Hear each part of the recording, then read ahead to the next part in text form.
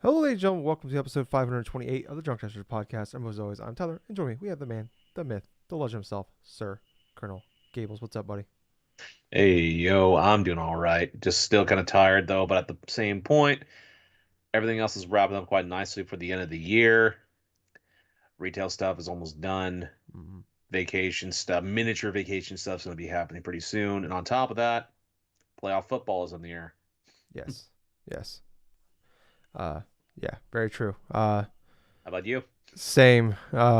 Ready for the Christmas craziness to be over with. Ready for yeah. I'm just loving football right now. Best time of year for Mm-hmm. football. December Mm-hmm. football is the best. Um, yeah, but it's been a long week, been a long month. Especially this week and next week, I'm pretty crazy. But I just have a dog staring at me right now. Yeah, no, I'm doing okay. But Gables, you and I, we started a podcast and then my stuff went to shit. So luckily we were only like a few minutes in. We've had some Yes. issues the last couple weeks. I'm not Yes, a we fan of have. it.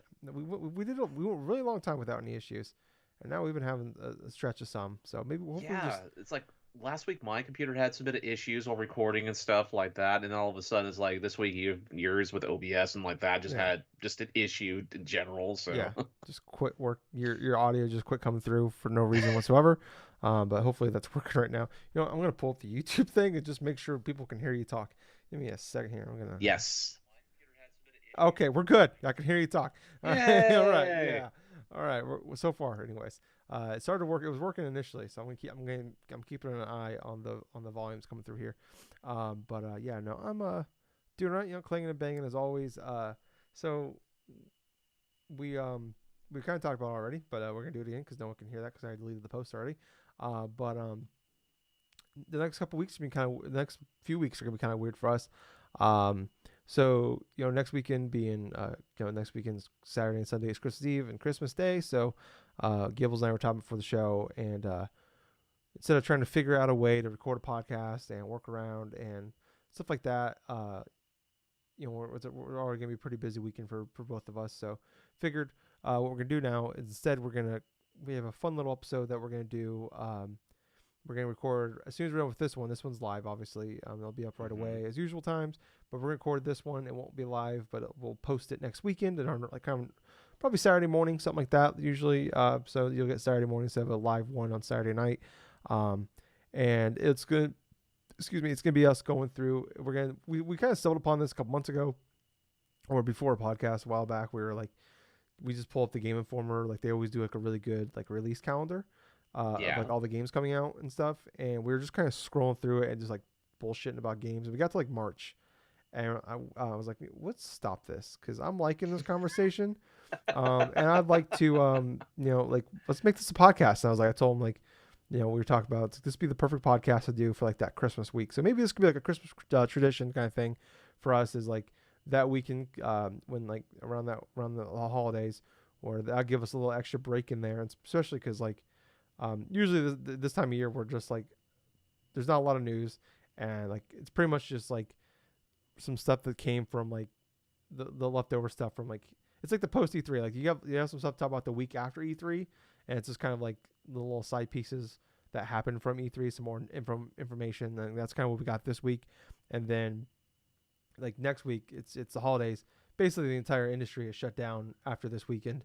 Like Friday, basically everybody went on like a 2 week break. So Yep. there's not gonna be a lot of articles. Not gonna be like even like rumors. Like there's not gonna be a lot of. So we're gonna do this, and depending on how long we go, Gables and I we might look at the first half of next year as well, because first half of next year looking pretty fucking nuts. So Oh um, yes. look for that. 'Cause I think that'll be it'd be kind of a fun like to kind of like this time of year, like we do like a top 10 list, but it's like kind of fun to go back and like look at everything from the year it was, some of the worst stuff, the best stuff, like maybe jog our memory, because it's like it's crazy. It's just like this time like just kind of flies by. It's just kind of like it's kind of crazy like think about like shit that games coming out in April. Like I probably couldn't even tell you half the shit that came out at the beginning of the year. So we're gonna do that. It's next week, and then in 2 weeks we'll be back. I think we agreed upon we're gonna do it on Sunday, January 1st.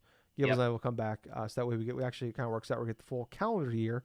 for 2022 that we are going to begin our top 10 game of the year list. So Gables and I, we're going to do, we always do 2 parts. So part 1 will be 10 through 6. And we'll do that one live on YouTube. So like, follow, subscribe on there, people.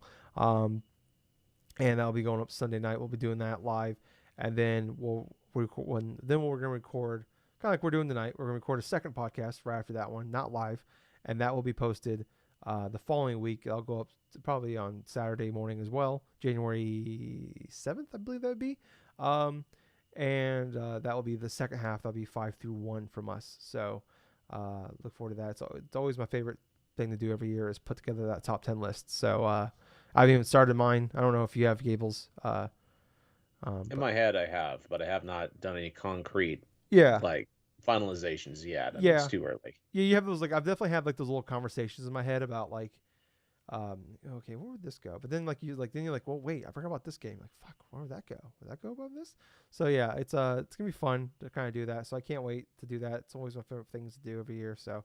And then kind of nice. Gives us a couple weeks gives us like the weekend off, especially with the holidays, work being nuts. Gives us a couple weeks to, kind of plow through the last little bit of games we have to play. So I have a couple games that I want to try to at least jump into and see if maybe have a shot at making that top 10 list. So that'll be kind of fun. And then we'll be back. So we'll next week will be pre-recorded. 2 weeks from now will be the game of the year list, and the following week, the 7th, will be also be the end of our game of the year list. So then January the 14th will be our like coming back normal episode, shit like that. So, but like if something crazy happens, like I already like mentioned it before. I keep making these good jokes that Gables laughs at really hard. There's 2 weeks in a row, made a fantastic joke, and then our system went to shit. So, but maybe I should stop being funny. That's the issue. I'm just too funny. I break the system. But I made the joke that, like, Square Enix buys Nintendo. We'll find a way to come back and talk about that. But like, I don't obviously at this time of year don't foresee that happening. Especially if obviously that's not going to happen. But so yeah, that's kind of the plan for the next 3-4 episodes from us. So keep an eye on all that. Like I said, like if you're liking this or you enjoy us, like. You want to know when we're gonna do that, or you enjoy listening to people's like game of the year stuff. Like, hey, like, follow, subscribe. Look down in the description down below. You'll see links to our YouTube, Apple Podcast, Spotify, all that stuff. Our socials, Twitter, Facebook. So go check all those out. And I'll kind of give you a heads up of when we'll be going live and all that stuff. So sorry, there's someone like right outside my door. It was very annoying. Oh, my dog's being dumb. No, wait. It's fine. We're not gonna die. Well, you might. What are you choking? What are you coughing for? What is your problem? He's being weird. He's being very weird tonight. But all right, let's get on with the Gables. Let's talk about it. Ash Ketchum is dead. Well, maybe not necessarily dead per se, but at the same point, he is going to be stepping away from the mainline Pokemon series. So what ended up happening was this past week we had. Refer to him like he's a real person. He's stepping away.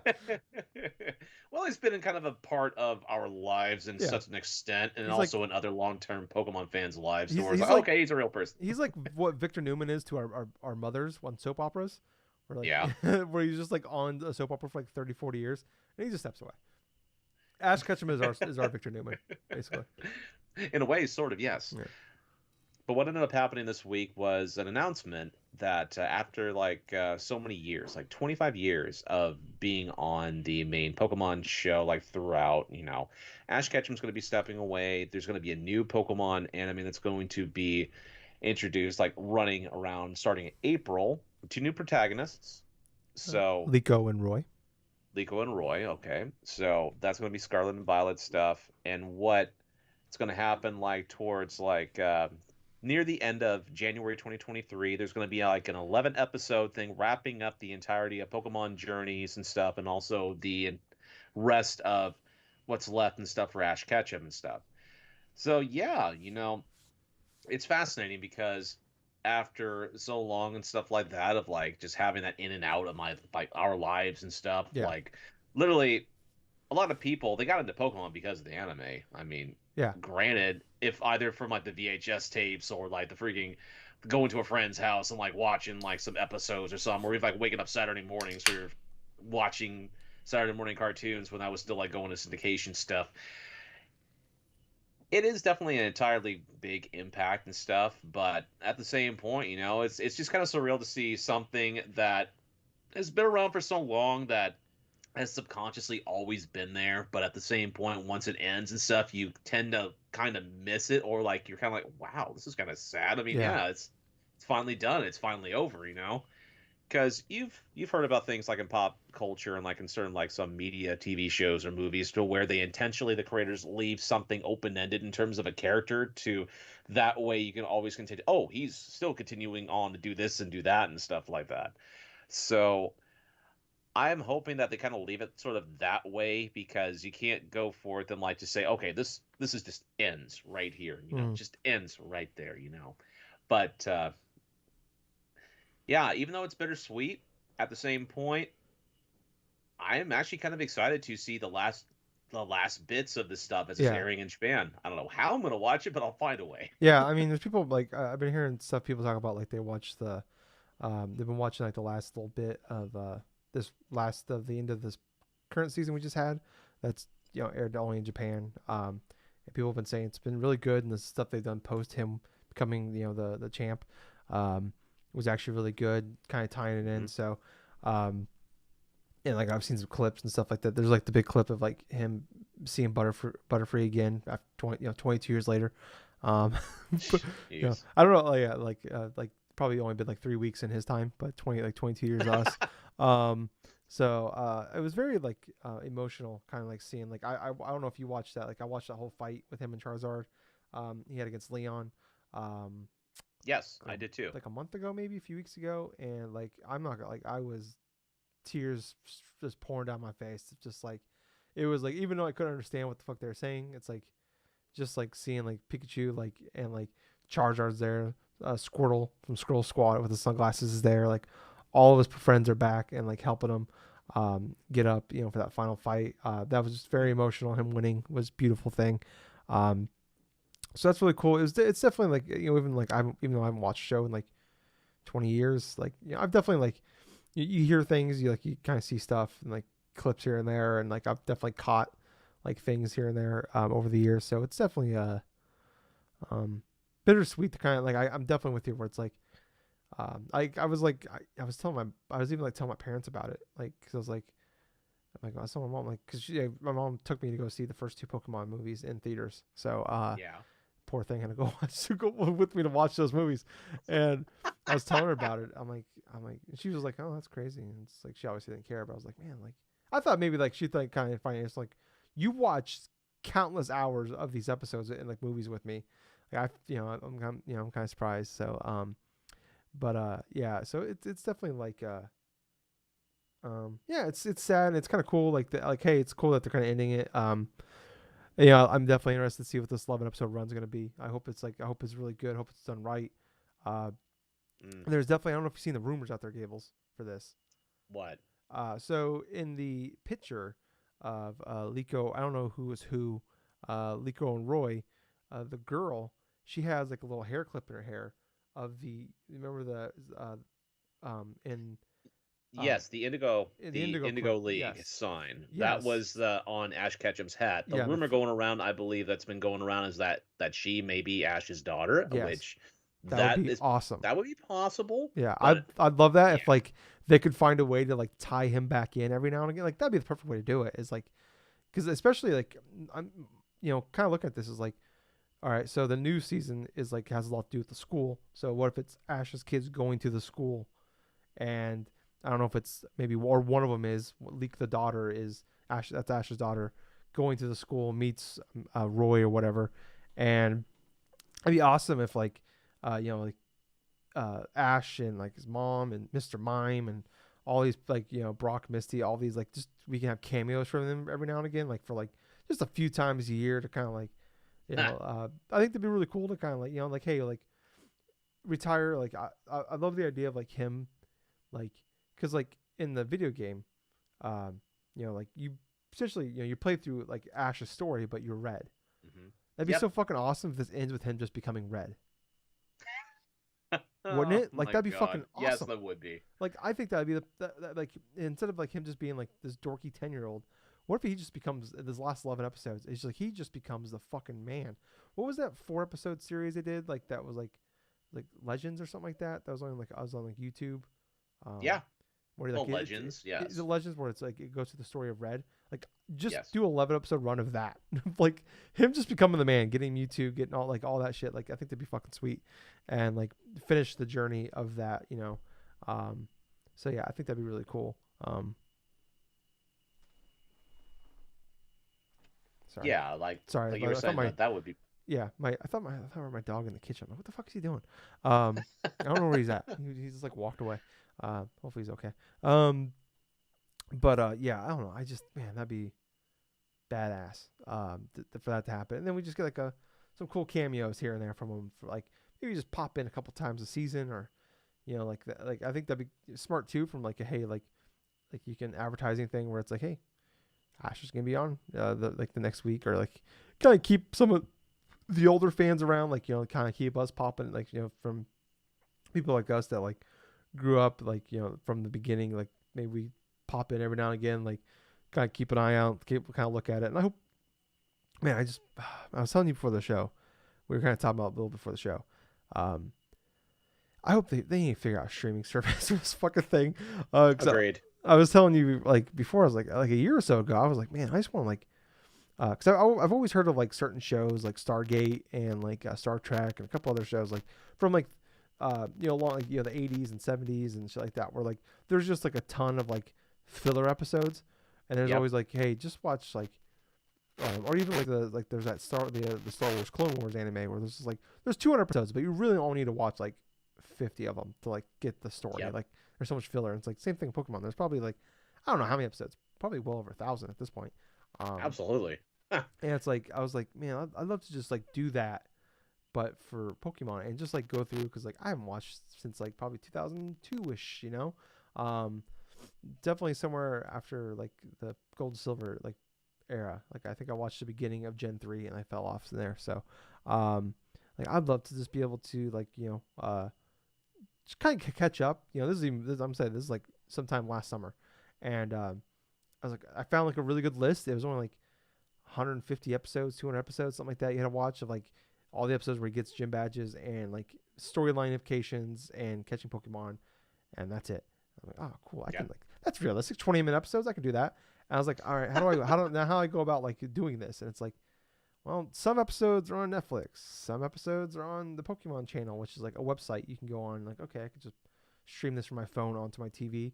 Then I go on there and it's like, well, only certain some episodes of like some whole chunks of episodes are missing from seasons. Whole seasons are missing. So it's like, okay, there's just no viable way to watch these things. Like, come on. Like, what are we doing here? Why are we making it so difficult? Like, why don't we? Can we like please just like either like charge like $5 a month for like a service to have all the episodes on, or like just run like one with ads or something. I don't know. Like I think the Pokemon channel just does Oh ads, but man. it's like let's just fucking Or I you don't could know, just do the OG method, which is like to go on Amazon and just freaking just buy a whole season dude. sets worth. They don't even sell the whole seasons. Like you can't I know. I digitally you can't know. even buy them. So it's like because I was like, Well, maybe well, not digitally. yeah, I was like, well, maybe I can just fill in the gaps and like yeah, I was thinking about like the ones that are missing because like the majority were there. Like I was probably 75-80% of the ones I could watch like streaming. But I'm like, well, maybe I could fill in the gaps with those other ones and just buy them for like I think they're like $1.50 a piece. I'm like I can just might cost me $30, but I can get through all of them. And it's like can't even fucking buy them. It's like what are we doing?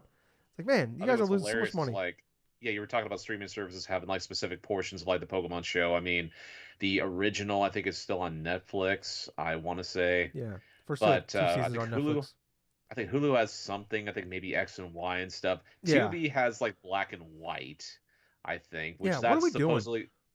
I think that's supposedly like one of the worst in terms of the Pokemon series and stuff, from what I've heard from some Pokemon fans in that regards, because that's where some of the animation quality and some of the story thing kind of dipped.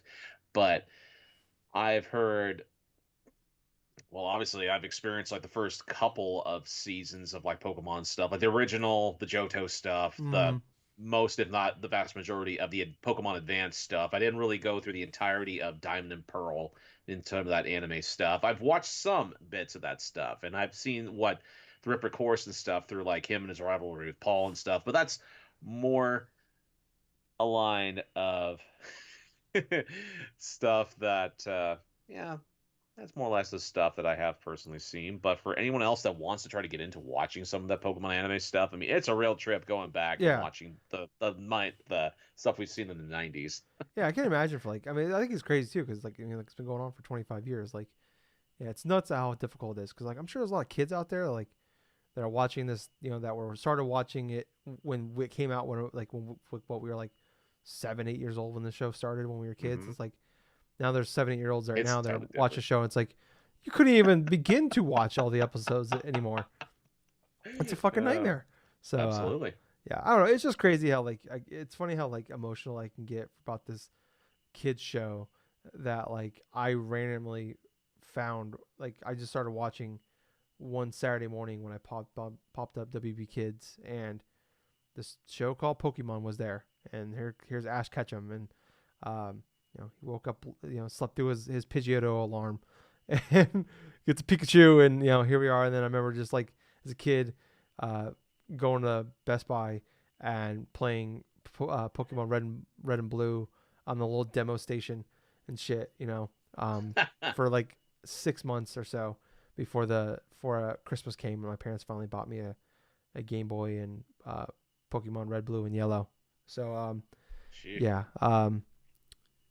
yeah, I don't know. It's bittersweet. It's definitely like um, yeah, it's bittersweet. Best way to put it. Cause it's like, oh man, it's like I'm sad about it, but it's also like it's really exciting to like, it's fun to be. I'm definitely excited like to like see like kind of how this ends. So um, yeah. So hopefully, I'm gonna definitely try to figure out a way to like watch these as they come out, because Right. that'd be fun to see. But all right, okay, let's just move on to some non Nintendo stuff. All right. If you want Apparently, to start on that, I'm gonna be right back in a moment. okay, all right, all right. Gables is walking away, so it's up to me. Oh, man. All right, well, I'm gonna go back to Pokemon here for a little bit, and let's kind of talk about that.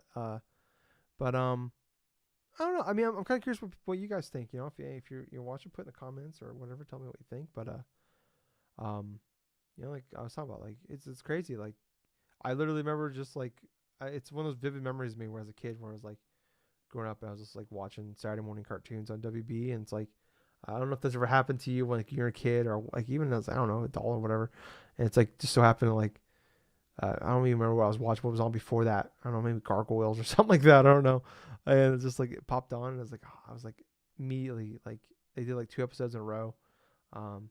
We saw oh I didn't even think about he's got to be there. They got to tie him in because I know he's popped up in some episodes since then.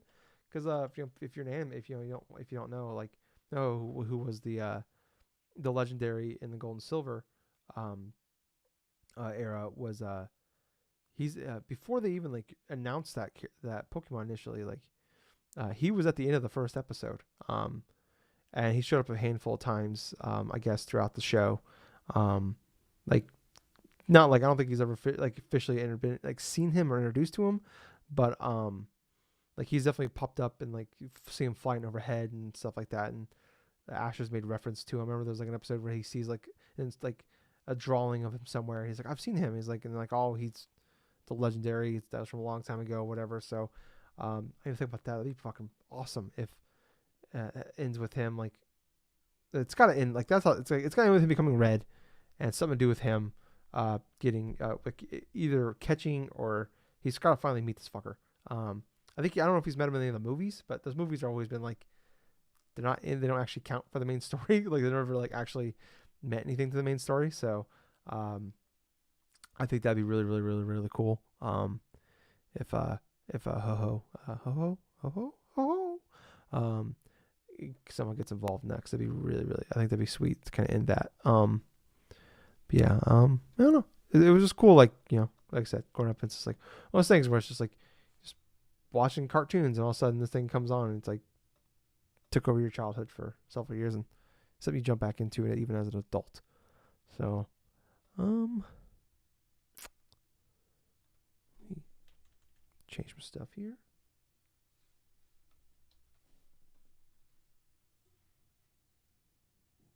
One second.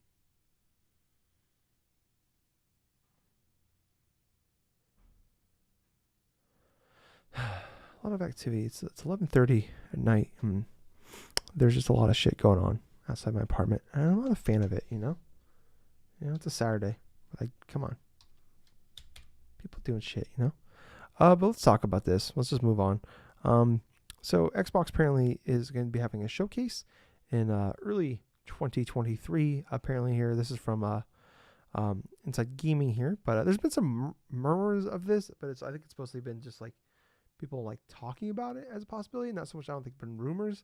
But Jez Gordon, who is been a pretty prominent leaker for Xbox for a long time, has said that he's been hearing from multiple sources that Xbox is working on potentially having a showcase in early 2023. So yeah, so like it was kind of a big, I think it kind of blew up a little bigger than I thought initially, where when after the Game Awards a couple weeks ago, we talked about it. Was that last week? Man, it was last week. Holy shit. It feels like 3 weeks ago, months ago. I don't know.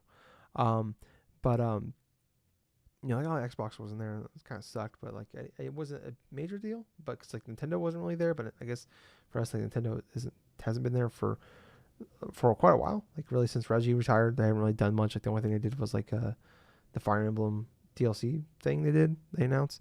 PlayStation, they had Horizon DLC and like Death Stranding 2. That's more of a Kojima thing than it is a PlayStation thing. But they just had no showing whatsoever. And like typically, they probably of the three, they've probably been the biggest announcers of the three. Over the course of the Game Awards in the Jeff Keighley ran era since 2014. Like 2018, they had the Xbox Series X, and they also had Hellblade 2 reveal there. Then I think 2020 they had, I think it was Perfect Dark or something that was there. And then last year we got gameplay, like the 8-minute gameplay of Hellblade 2 last year. So it was kind of a lot of people were really upset about the fact that Xbox wasn't there for the Game Awards last week. It's a lot of talk about a lot bigger than I thought it would be. So even Aaron Greenberg, who's one of like the big three of Xbox, he actually put a tweet out saying we have a lot planned to show you and share about the incredible, exciting year of 2023. Appreciate folks are eager to learn and see more. Timing is always key, but don't worry, you will not have to wait too long for what's coming next. So that's kind of ties into someone here, Jez Gordon, who's, like I said, been a pretty prominent leaker for Xbox. I think he even runs an Xbox podcast. He said he's heard from multiple sources that they're going to do a show in early 2023. And we've talked about it for a while now, where it's kind of weird that, like, as everybody's been adopting these, like, the Nintendo Direct style over the last, handful of years, especially since, COVID hit. Yes. It's been pretty much everybody's doing it now. Xbox has been the only people that really have done, like, they've done like their own things. They've had like the Xbox XO thing, but it's like never really been anything like really big to talk about. They've done like stuff with like what's the thing in Europe in August that Jeff Keighley does? He does the Leipzig. What? Oh no, that's something else. Yeah, he does opening like live for it. It's in Germany. I can't think of what it's called off the top of my head now, but they always do a big event there. But it's always been like kind of like more detail. It's like more of a deep dive on the things they talk about at E3. And Gamescom? Like, Gamescom. Yes, thank you. Okay. Yes, thank you. So that's always been like, yeah, like I said, like it's always been like more like deep dives into, like, we get really deep into the shit you want to hear about from the stuff that we talk about E3, but it's like never a lot of like new stuff announced. Like I think the biggest thing we got was like they announced the release date for Halo Infinite last year at Gamescom, stuff like that. So, but typically, yeah, like I said, it's just more info on stuff that's already been announced. So, they've definitely have not adopted it, but apparently they're going to do something, and like, I think it's time to start. I mean, I think, like set, I think just doing shit in June, I think is finally kind of worn thin on Xbox fans, a lot of gaming fans in general, where it's like, yeah, obviously it's like cool to have like one big thing, but it's like they've had some, like, the last several years they've had a lot of bad ones. It's like it's been like they've been exciting, but it's all like third party stuff. But like the last 2 years, I thought like their shit, the one they had back in June, the one they had last year have been like incredible, I thought. Um, but the big issues we've been talking about for a long time now with Xbox has been like, and there's Phil Spencer said it himself. He's like, it's like PlayStation keeps putting out Game of the Years, and we just keep putting out CG trailers, and Mm-hmm. that's been an ongoing issue for pretty much the last, the end of the 360 era with them, and So like the last 10 years or yeah, so. which is actually fucking nuts when you say that, Gables. Um, yeah, I mean, that's really just been the case. So it's like, yeah, it's like, um, they've definitely tried, and like a lot of games got canceled, or they just didn't live up to the anticipation and the hype. Um, so 2023, like I think this is like we've talked about this, where it's like, everybody like, okay, just wait, just wait, just wait, just wait, and it's like you think about it, it's like the only big games that have been put out first party the last couple of years has been like Forza and Halo, obviously, but it's like Mm-hmm. Deathloop and Ghostwire Tokyo, which are Bethesda studios that are exclusive on PlayStation. So that's the only Yeah. big first party game that's been put out this year by Xbox is Ghostwire Tokyo, which is only on PS5. So it's like, obviously that'll be coming to Game Pass probably in like I think like March. I think it would be the 1 year mark. I can't remember when that came out, February, March. But yeah, like they have a pretty big, next year. They have a lot of stuff announced. Like like I think 20 like I think we also kind of talked about this a couple years ago. It's like, all right, 2021, 2022, this is like it. And then COVID hit. Obviously, like everything's being delayed. It's like pretty much just tack an extra year on everything. Yes. And so we got an extra year. Like, all right, cool. But I feel like this 2023, like, yeah, you're killing with Game Pass, but at a certain point, it's like, it's like I said, Gables, you just said it. It's been a decade. It's like It's been a decade, and a lot of us have been waiting for like major yeah, Xbox stuff. yeah. We've had tidbits here and there, obviously. Halo Infinite was the last major one, but Forza has been Central Park, not It's been just the the only thing. motorsports, but Horizon stuff as Yeah, well. That's been like the only thing other than like Gears of War 5 way back when it was still yeah, on the Xbox One. yeah. Like Gears of War 4 in 2016, Gears of War 5 in 2019. Like, well, look, Hmm? I I am definitely in the minority when I say I think I love the Gears of War series, but like I think 4 and Right, right. 5 have been the best Gears of War games, and I know that's like I don't know if that's like a hot take, but like I think I mean it's definitely lost a lot of luster since 3. But like Mm. I love the franchise more now than I did in the 360 era.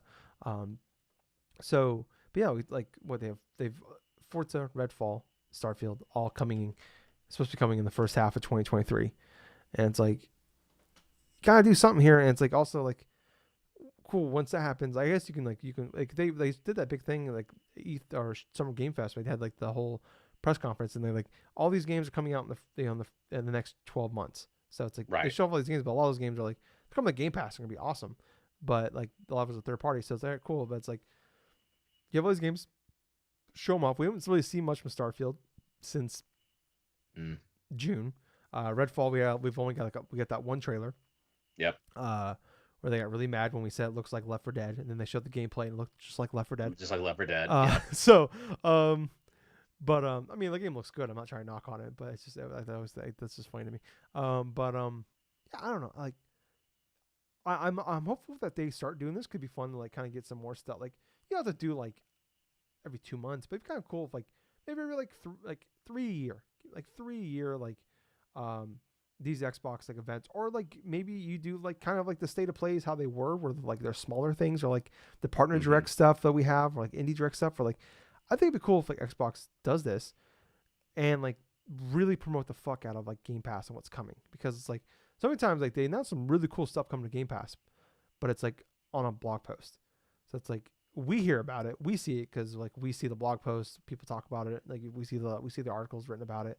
But like there's like a lot of people, like most people have Game Pass or like that are gamers, do not, they're not going to like all big sites, not going on Twitter, like they're not following Major Nelson and a bunch of like journalists, stuff like that. So it's like it'd be cool if like they did like these direct style things where like these Game Pass style like directs or whatever, like here's all these cool like indie games and or like these smaller these double A games coming to Game Pass where like they could promote like 6 months in advance. They could talk about it again in a few months. Hey, coming out in a couple weeks here on Game Pass. Right, right.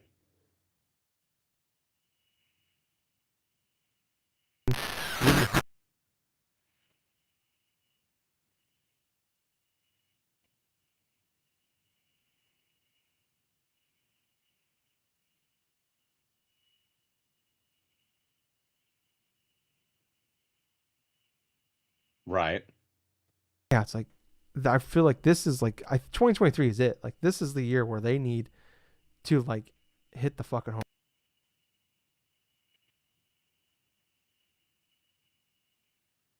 in the last like 4 or 5 years, and the only people to be putting out games for them other than like Forza games is Bethesda. It's like I said, Yep. Deathloop, Ghostwire, Redfall, Starfield.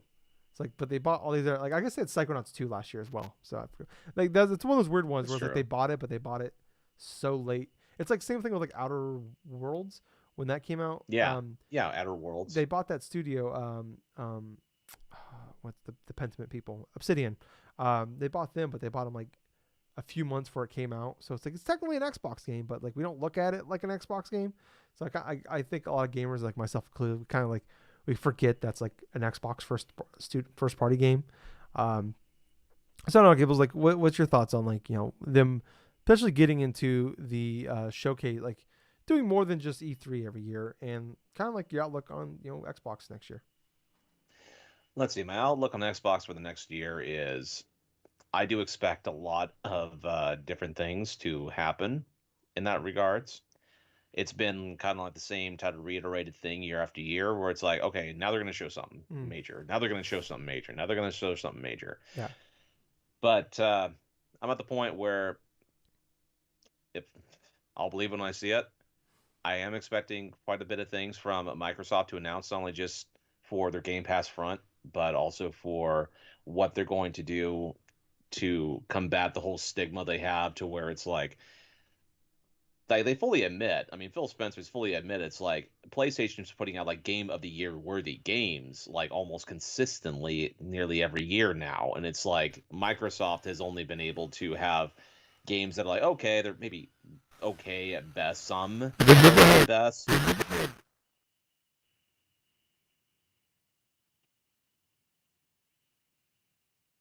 Mhm. Year. That's fairly true too, and that's really telling in that regards. But as not to say that the games that were put on the Microsoft systems and stuff were bad or anything like that. No, they're it's just the fact that they may have been good games, but not on this kind of like tier level to where they would be considered game of the year contenders like universally in that regards.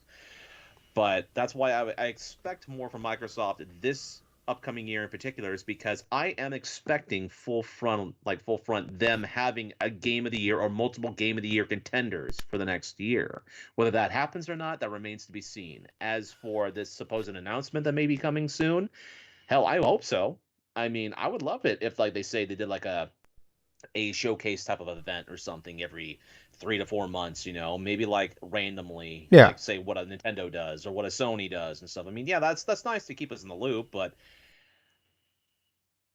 at this point, I'm just have low expectations when it comes to them actually going through a full on like information dump like they have done. But yeah, just to reiterate, I expect big things from them next year, and if that doesn't happen, I mean, granted, it doesn't happen. I mean, I can understand how certain like Microsoft fans would have their morale kind of like low going, like low expectations, like extremely low expectations. Because you hit the nail on the head. It's like exclusives for Microsoft systems this year have been pretty much reiterations of what's been exclusive for PlayStation's consoles for like for a certain point of time. Yeah,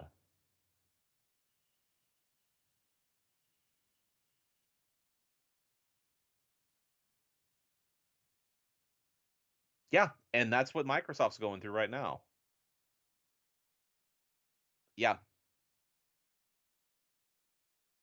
well, yes, of course.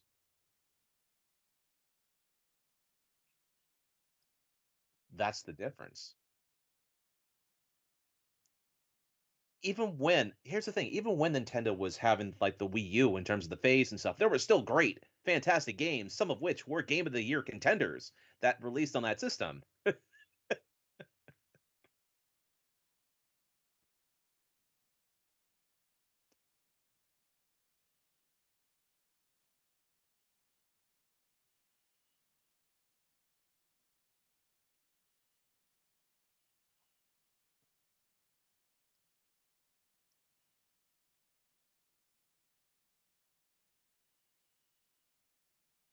There you go.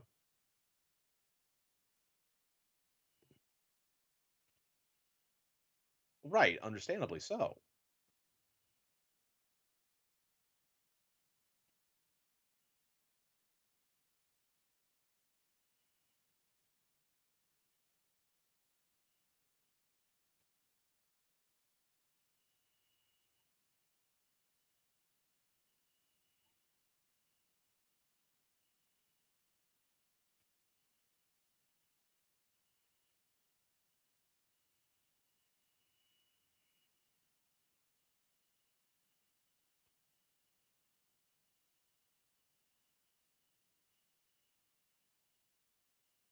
Hmm.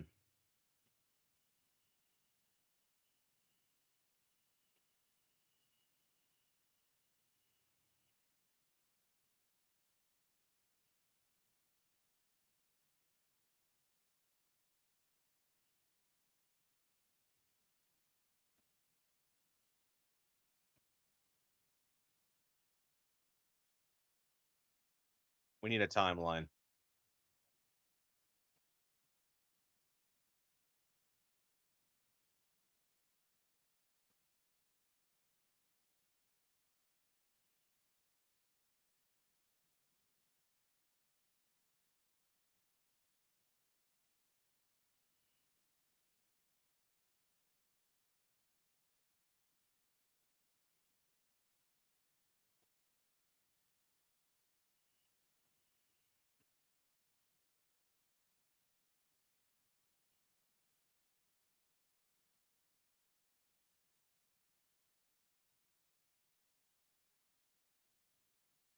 Hmm.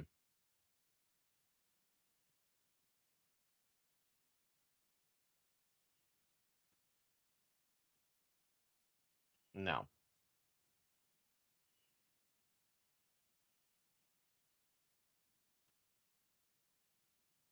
Yep. Decade of waiting for when they're going to go through and do whatever type of a first party stuff.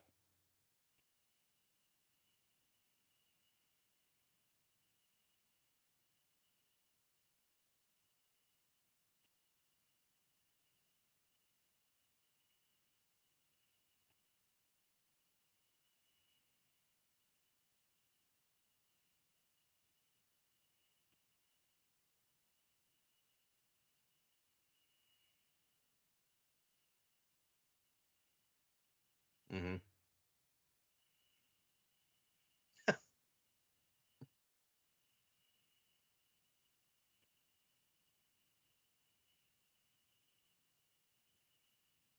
Right.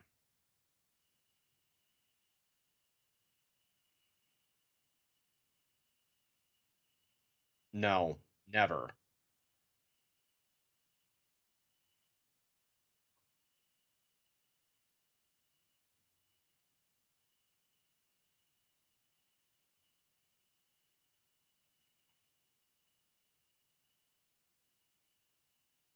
Yep.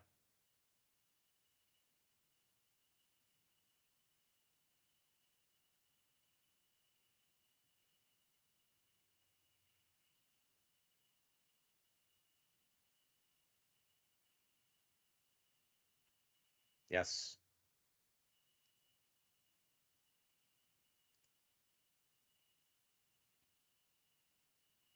Hmm.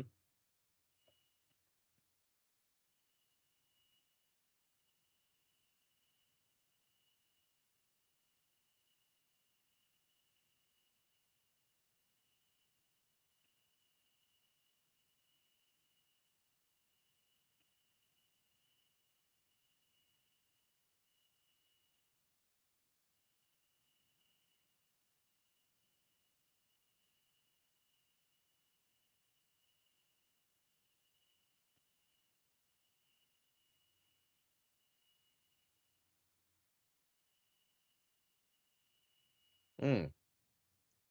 Yeah. Yes, that is.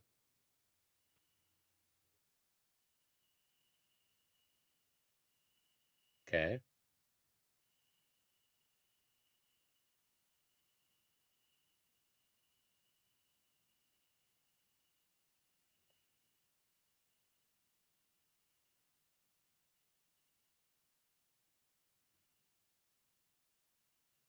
Mm-hmm. Okay, it's the remastered of the PSP game. Okay. Yeah.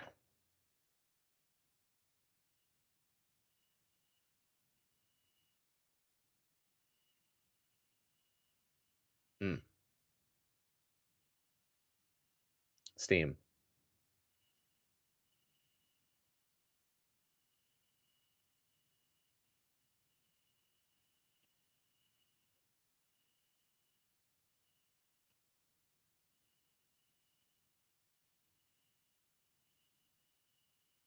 Okay.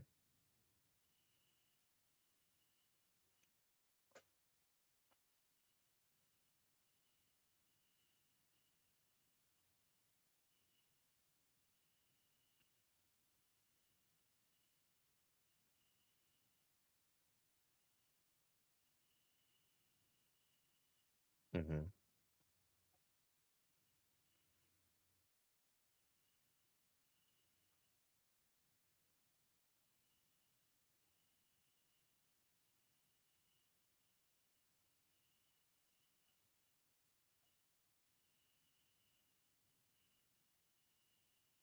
Yep.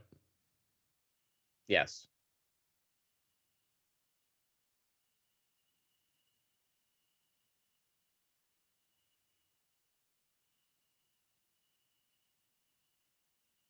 Mm-hmm. Oh wow.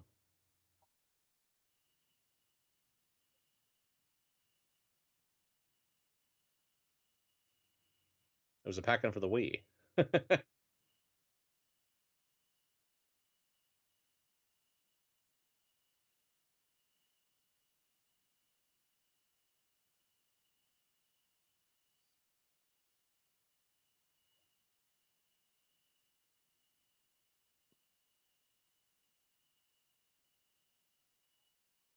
Yep.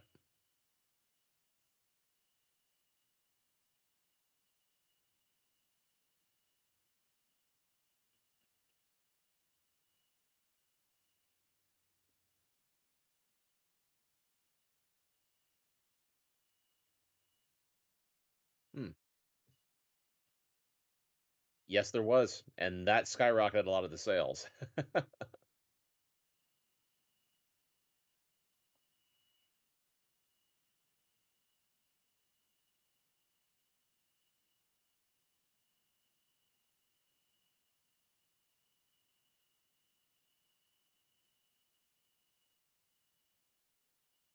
Okay.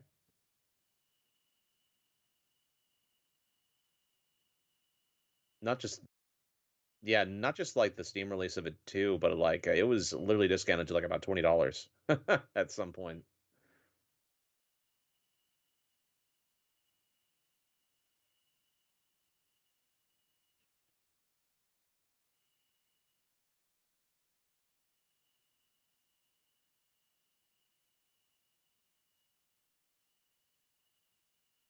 Mm.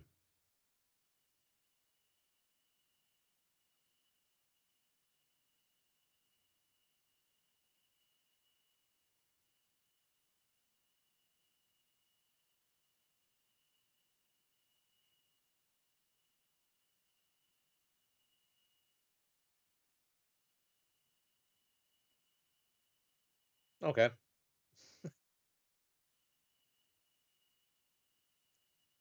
So where you would expect them to be at this point in time?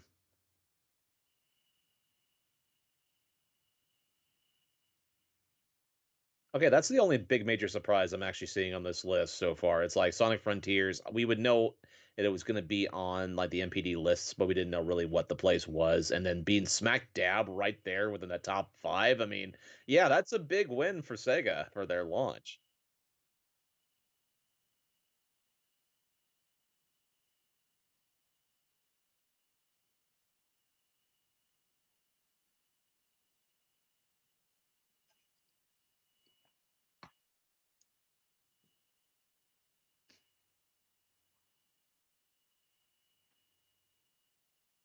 Okay. Yeah. Sounds about right.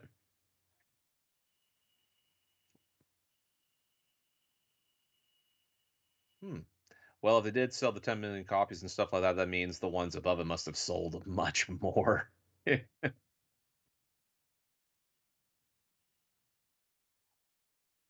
Yep, makes sense.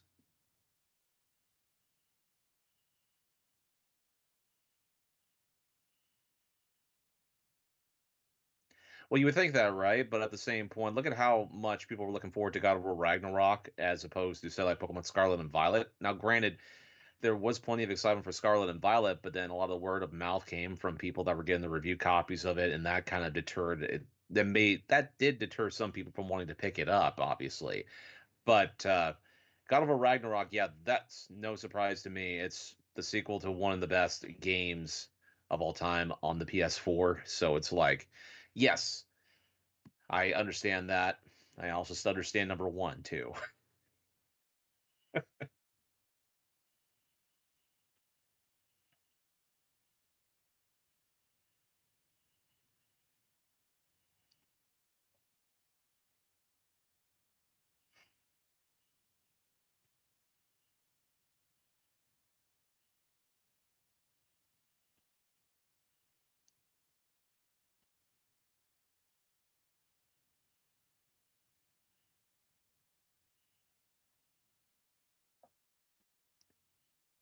Listen,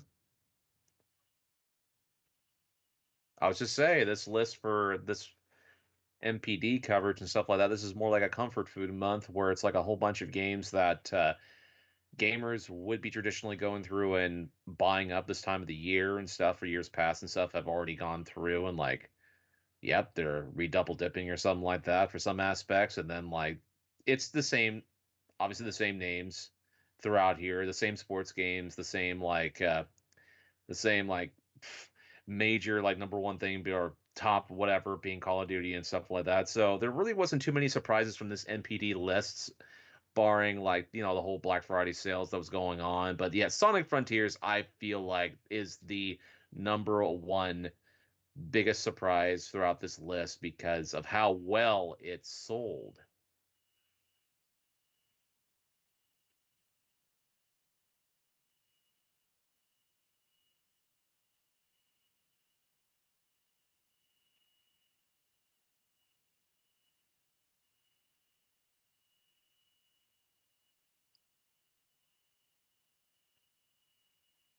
Right, right.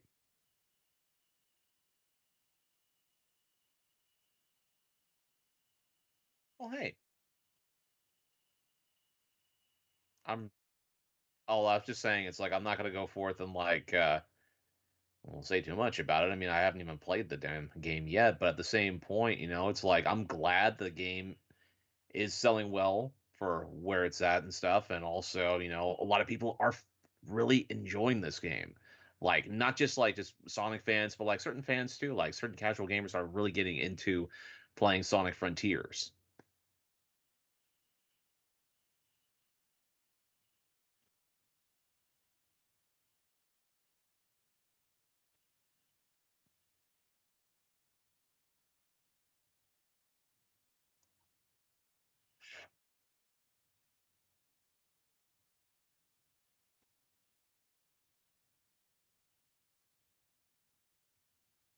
Hmm.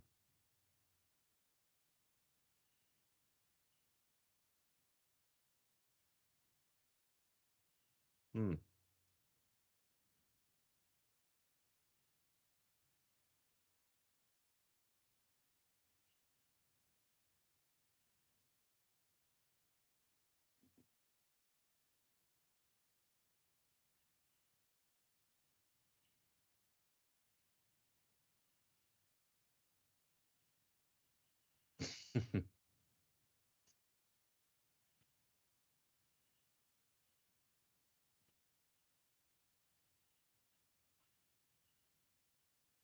It really. Well, I think it's kind of funny. It's like Elden Ring has pretty much had the vast majority of the year and stuff as like a sales leader in regards to the year in general to be eclipsed by Call of Duty like the last, what, 2 months or something like that. I mean, that just tells you how strong the sales for Elden Ring was in that regards.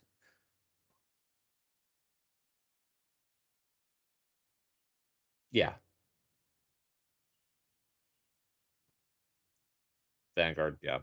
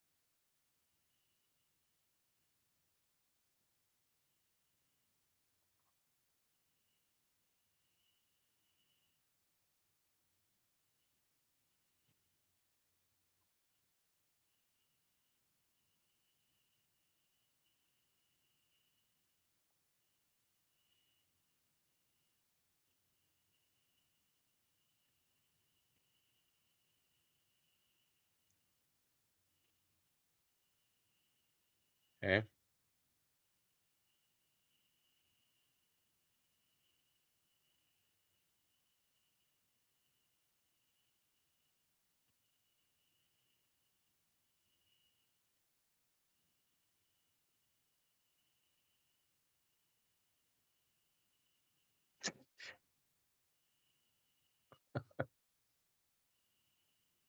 Mm.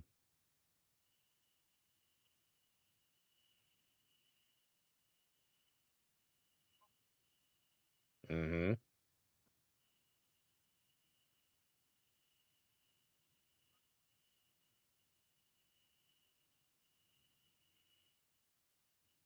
Arceus actually edged out Scarlet and Violet.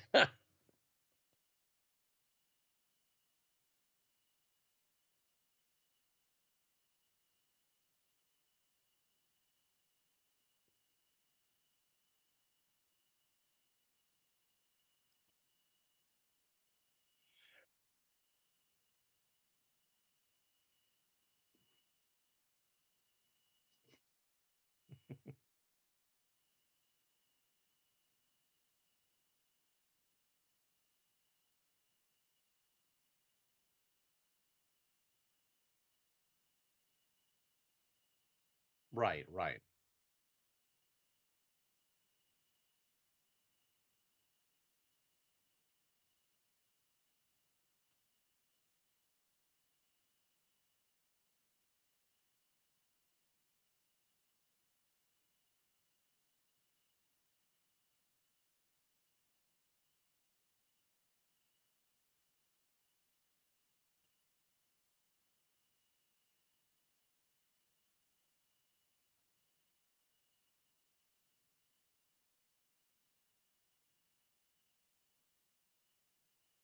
Right.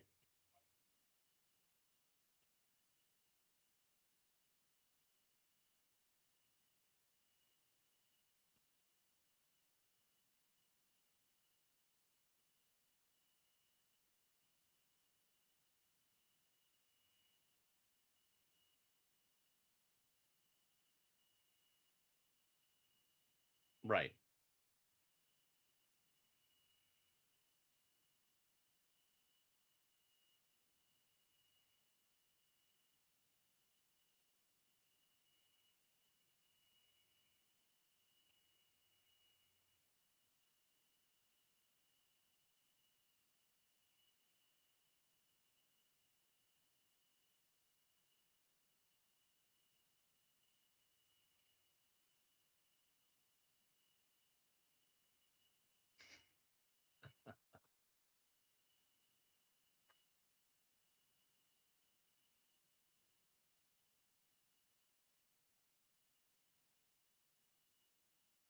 Yep.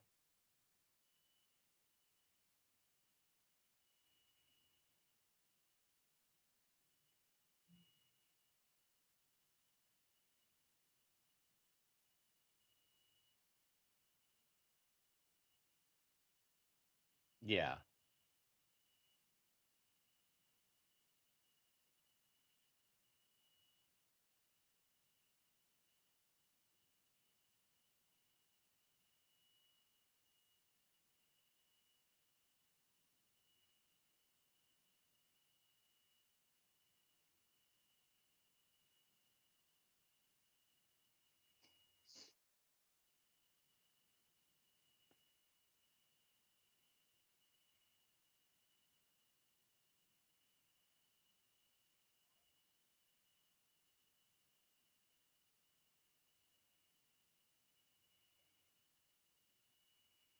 Gables. I just don't know.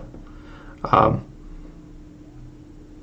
Yeah, I really don't have too much really to say about this in regards to the whole the whole publishing things like the Amazon games. I mean, it could go from like either a couple different ways here. One, it could be like a continuation from the previous series that they had in collaboration with Square Enix. It could also be a yeah, reboot. I mean, that's a possibility that is out there that I would admit, yeah, that probably would be the most likely case they could go.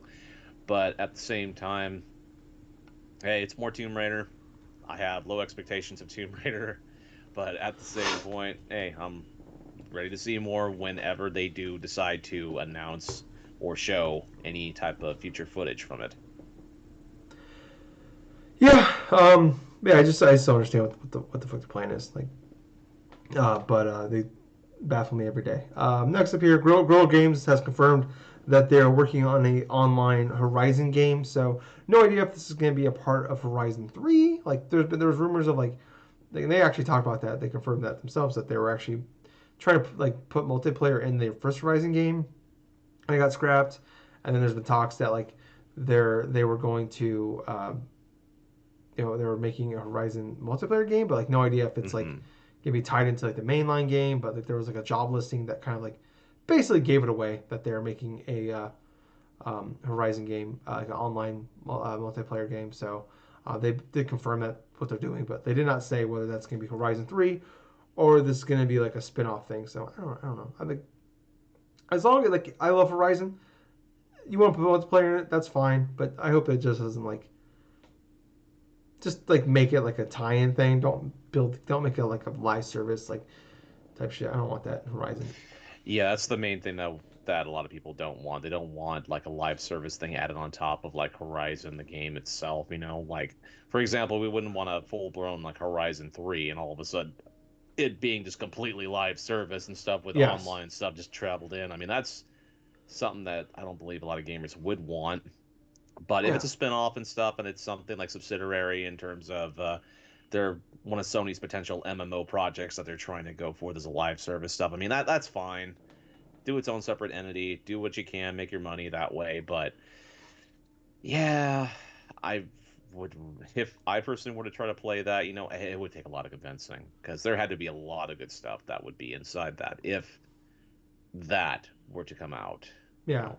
Or if it is involved, if it is Horizon 3, like if they do like honestly just take the Far Cry method where it's like the game is totally single player, but you can just bring a second player in and play with you if you want.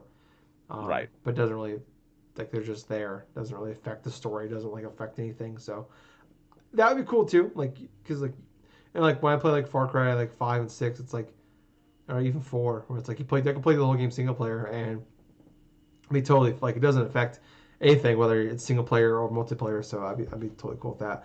We already touched upon this a little bit, but Spider-Man 2 from Insomniac Games is they announced is coming in 2023, fall Right. 2023 rather.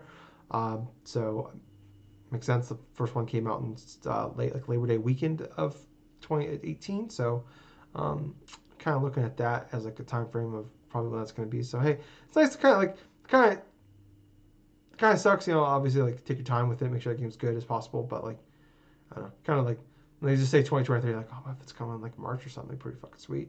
And then, they say that, and it's just kind of, when they're saying fall 2023, in December 2022, it's like, all right, so 2024 then, so we're thinking here. But hey, like, they've been pretty insistent that fall 2023, so maybe that game was just, like, really close to being done, and this is that, like, they're going to have plenty of time to make sure that game is all the bugs are fixed, everything's in working order, and that game just comes out and it's done, ready to go, and as polished as possible. So that'd be pretty sweet. But Gibbs, what's your feelings on this one? All right. Fall of 2023, I really don't. We don't really don't see like Insomniac really delay a lot of their projects out of the Hmm. year when it comes to their initial stuff that they focus on.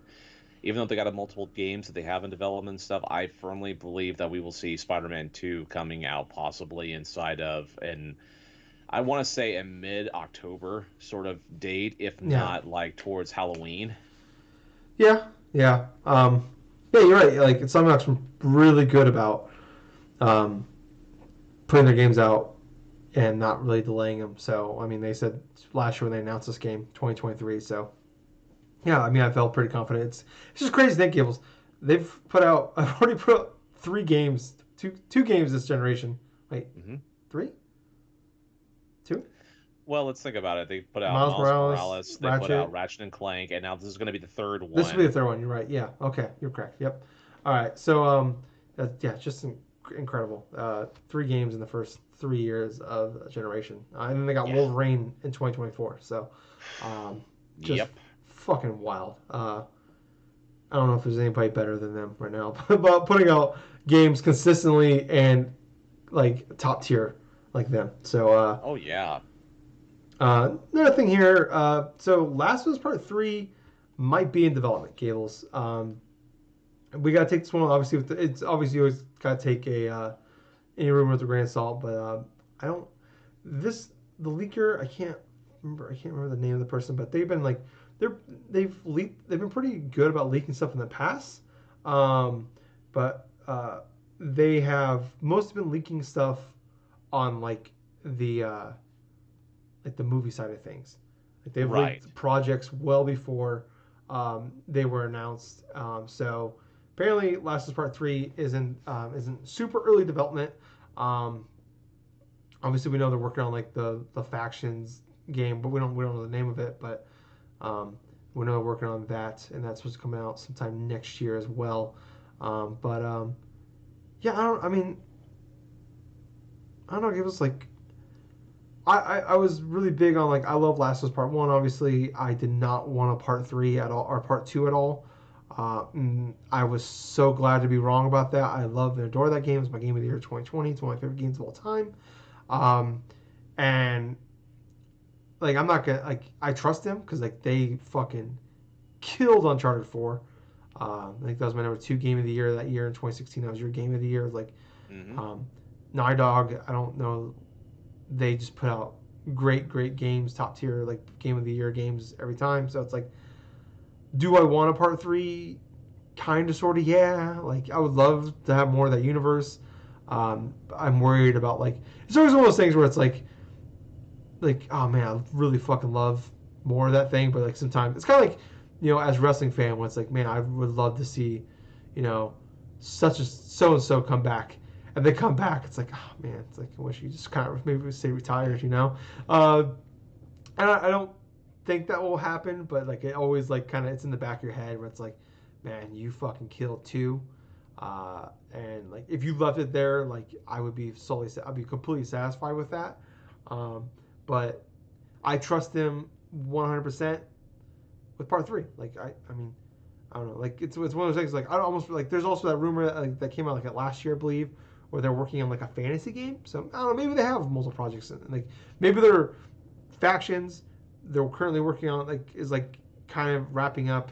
Then they have this fantasy game they're working on, and then like the game after that is part 3. I don't know, but I don't know. Gables, like how are you feeling about potentially the losses continuing? I feel very strongly that this will continue with the part three. At this point, this is probably going to be a project we're probably not going to see up until I want to say 2025, 2026, Yeah. possibly at earliest, because of how Naughty Dog goes through and structures a lot of their different type of game development stuff.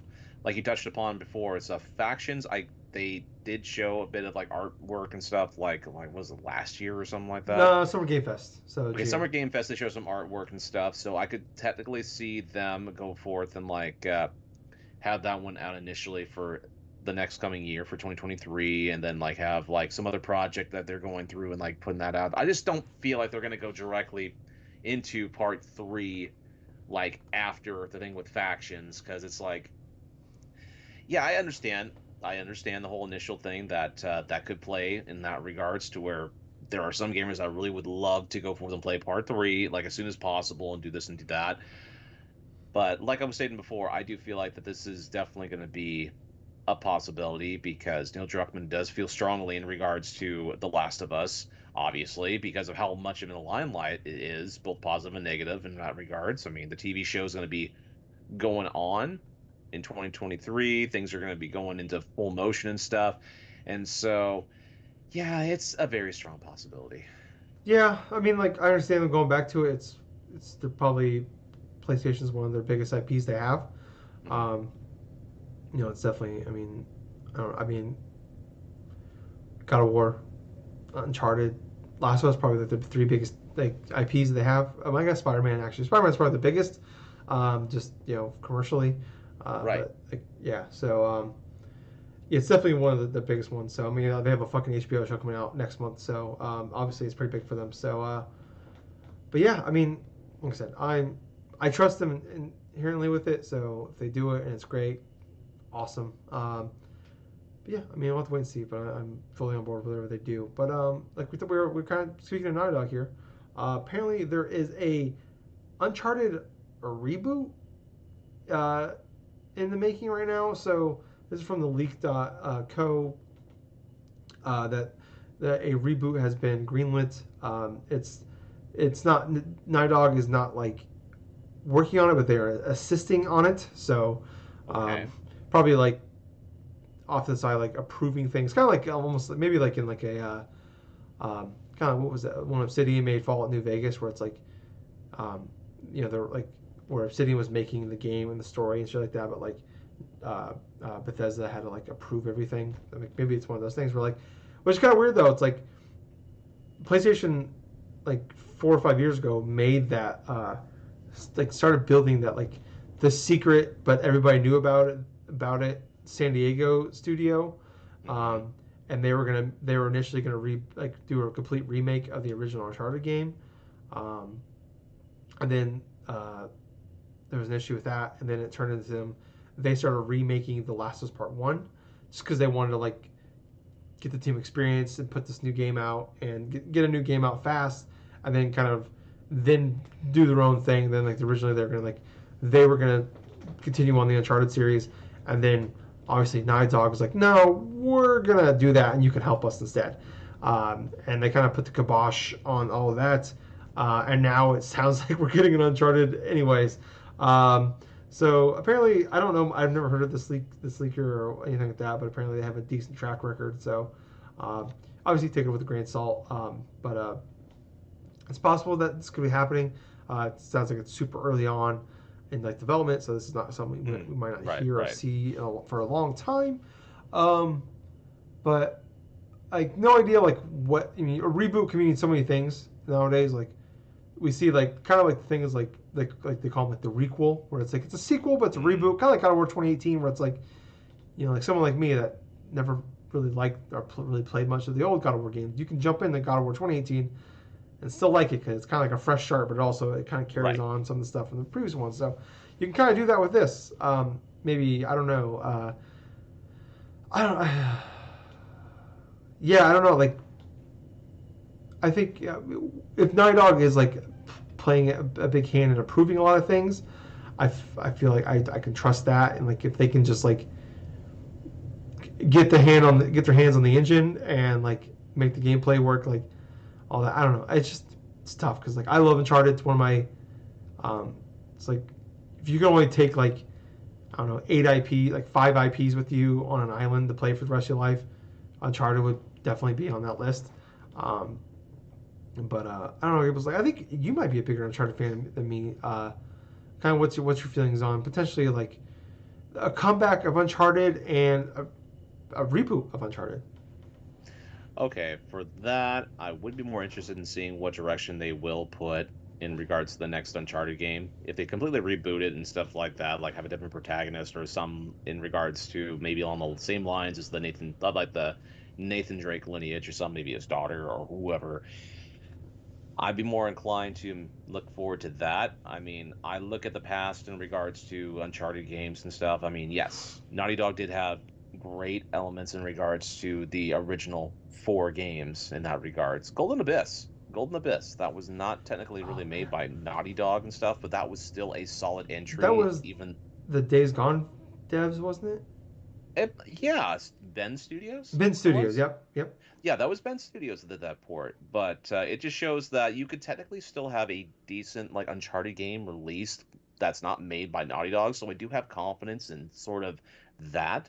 But like I'm stating, it's like I am initially interested in seeing what direction they will take this reboot. And honestly, I'm not. I am still excited, but at the same time, I'm kind of cautious in that regards because we've had instances to where you've had obviously Naughty Dog property or something like that they had created and stuff in the past, and all of a sudden they just kind of fade into obscurity.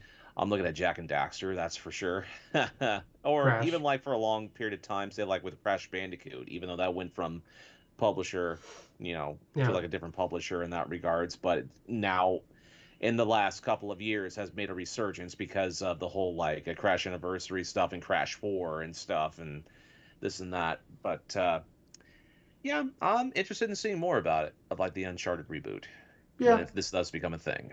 It's definitely one of those things where like it's still different with like Uncharted 4, where it's like they kind of wrapped up the Nathan Drake story, like Yep. so it's like yeah, like do they do a prequel or is it like carry on from where they kind of ended with Uncharted 4? Um, I would almost rather them do one of those two than do a complete reboot because that just kind of sucks, honestly. Yeah. To do a reboot, it's like man, you like, especially if they just reboot it with like Nathan Drake and come back and it's like yeah, it's a different actor playing it. I don't know, like give me either a, like I said like a. But it'd almost be hard to do a prequel because like Uncharted 3 was basically like a prequel slash like sequel to the series because like so much of it took place like was the introduction of Nathan Drake and Sully and stuff. So um, yeah, I don't know. But we'll have to wait and see on that one. But oh, a couple of little things here. We'll run through some kind of quickly. The Snitch, who's kind of blown up on Twitter the last I don't know 6 7 months or so, with Yeah. like putting out like some cryptic tweets. He has retired from game announcements. He's kind of talking. He did like a little interview on Inside Gaming about it. He talked about it's kind of like he said it's like a little more like a lot more than he thought it would be, and just kind of like the online aspect, just social media aspect of like people wanting constant people like, hey, what's going on with GTA 6? What's going on with this game? What's going on with that game? And it's like he doesn't have the answers for it, and it's just like being pestered by people about certain things. So like it kind of took its toll on him, and like I don't know. So he said he's officially retiring from that. Kind of bummed about that because I actually really enjoy like his puzzles he puts out. Like he'll like Mm. just put out a cryptic tweet. People like go read the comments and like reading alive as people are figuring them out. It's always fun. So I don't know. I mean, like I know there's always good and bad. People get frustrated. Like people like this is a weird thing. It's like Catch-22 was like we want to know what's happening, but then people get mad when the people leak about what's happening. So it's that weird thing. Yep. So where it's like I don't know. I don't know what the middle ground that one is, but it's like we love when Jason Schreier or Jeff Grubb or the Snitch or Tom Henderson, whoever, like leak these things, but then we also get mad when they ruin when like, people get mad because like well you spoiled this entire E3 event because you told us everything, but also we were really excited when you told us everything that happened at this E3. It's a weird thing. So I don't know. But yeah, I don't know. I mean, kind of once again bittersweet that Yeah. this is just gone. So hopefully I hope he got. I hope he made a little bit of. I don't know how or if, but I hope he made a little bit of money on this. Why I did it, and I hope you had fun and enjoy the rest of your life, buddy. Because you definitely had some. You made video game Twitter really fun at some times in the last 6 8 months. So Oh, that was some fun stuff. Yes. yes, but Xbox has officially announced that their games will officially be going to $70 beginning in 2023 with like Forza and Starfield stuff like that. So no surprise there. This is just the price now. I think Capcom is the only people that have not gone to $70 yet of the big publishers. So no big surprise there.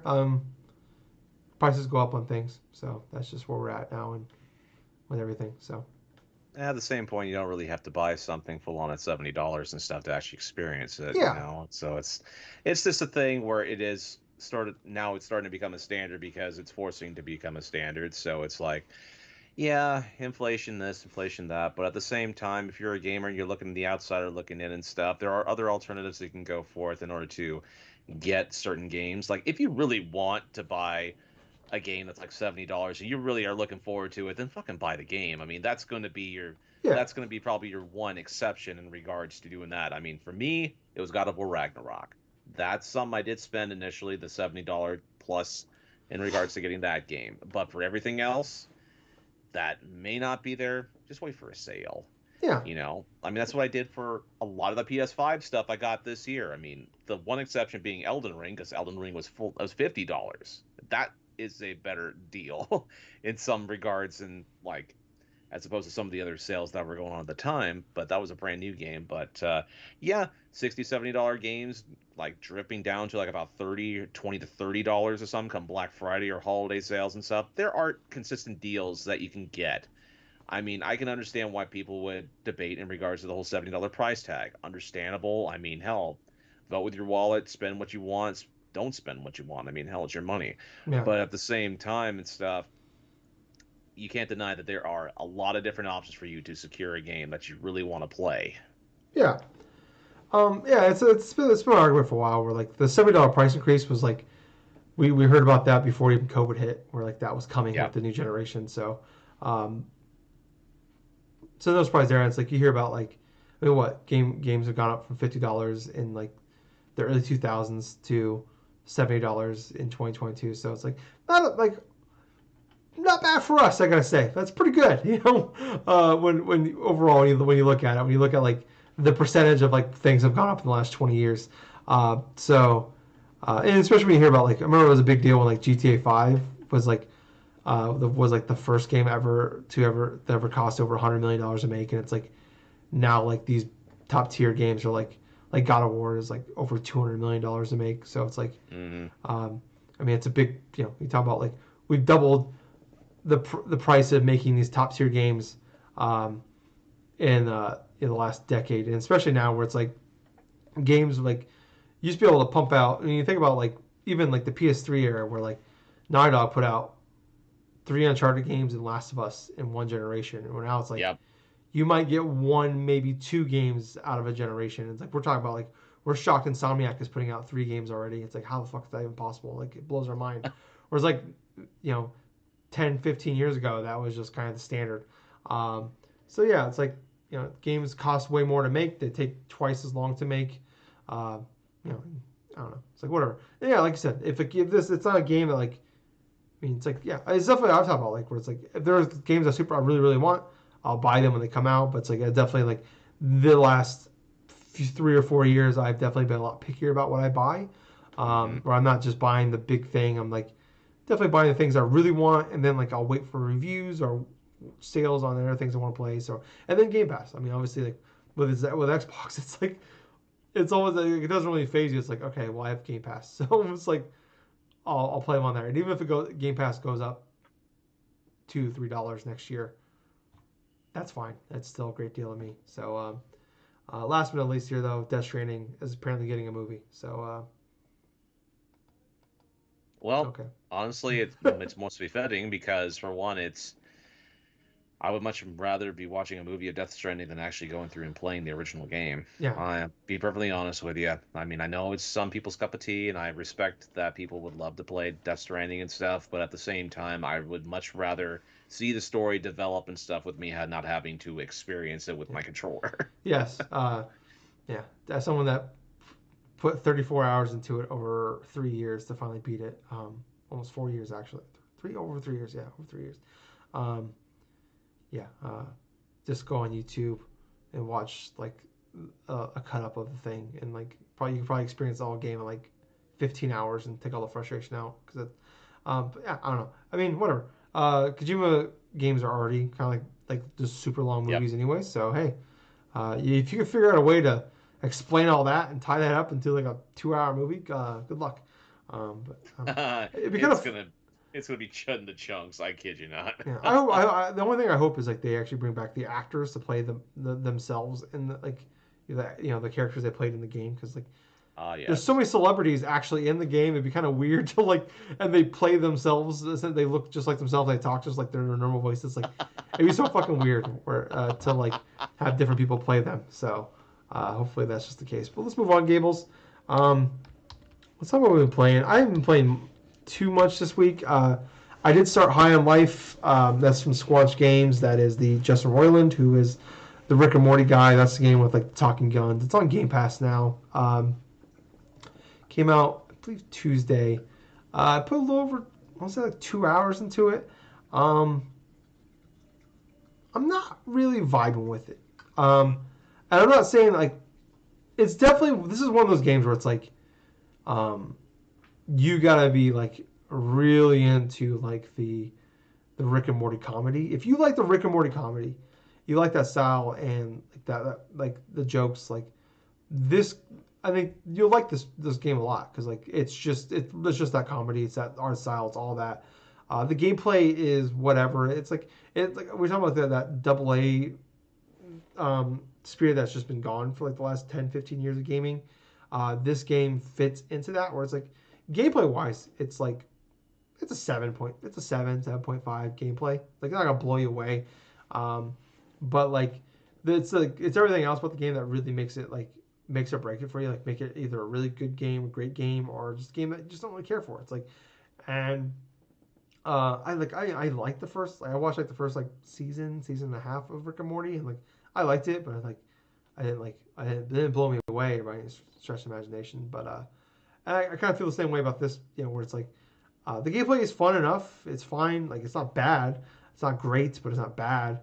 It's like definitely fits that, like I said, that 7.5 category. But it's like um, the comedy is what is gonna do this for you. There's definitely like parts where like it got me really good. There's some funny stuff like the gun talk. Like there's like the knife that like he wants to like he's like stab me right in this gut. Come on, let me kill this guy. Like he just wants to, like he's a fucking psychopath. He wants to kill somebody. And then you have like your pistol like that like you try to like shoot like a random NPC and he's like come on man what are you trying to do here, like come on, like don't try come on, leave him alone, he's fine. And it's like so it's like there's definitely like the comedies from that and like some like just like listening to like the people like in the world, like the NPCs, like they'll try to talk to you and like you walk by. I'm like, oh, well, all right, well, I guess you just keep on walking. Fuck you. Like there's definitely like funny stuff in there, but it's definitely like how much of that comedy like sticks with you and like how much of like the beat of that like is what is like I said, that's what's gonna sell it to you. It's like there's funny moments in the first couple hours I played of it, but it's like um, for me, like not being a huge Rick and Morty guy, like I loved Accounting Plus. I thought that was really funny. I think there was like a job simulator. I think it was also him. I can't remember the other game of his I played, the VR games.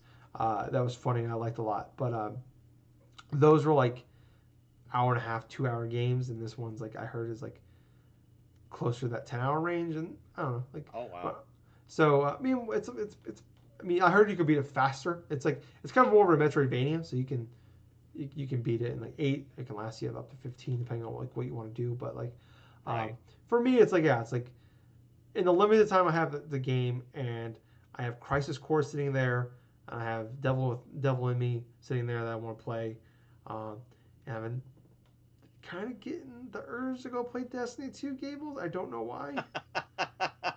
I don't know why. For some reason, every year in like January, December, I always go back to Destiny 2 and I played like the last year, like from like the DLC from a year or two ago.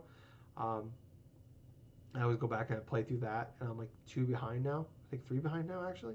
So I'm getting that urge. Just like fuck man, I just want to play Destiny 2 right now. I don't know why. I think part of it too was like the the DLC was like half off last week. The Witch Queen was. Oh. I didn't buy it. I really wish I would have now. Um, oh, Gables! I forgot. I'll tell you. No, I'm gonna remind me. Remind me. I'm gonna tell you about this on the next episode we record. It's kind of a cool thing Okay. that happened to me. But yeah. Anyways, back to Island Life. It's like I said. It's. I don't think it's bad. I don't. But like, it's gonna be. It's totally. Like this is just not for me, kind of thing. Ah. Like Gables, I think you might actually really like this game. You'll probably Okay. find this game fucking hilarious. I think a lot of other people will find this game fucking hilarious. Hmm. But this is not something. So it's on Game Pass, like I said. So if Okay. you have Game Pass, check it the fuck out. But yeah, it's just not something I think I'm gonna vibe with.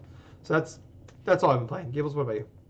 All right, so this is pretty much the lull period for me because I've been so like tired during the week of like work and stuff. So I decided to go to like some sort of like a comfort food for me, and that's Pokemon games. So what I initially started doing was I took out my old 3DS XL and I started playing a little bit of Pokemon Red.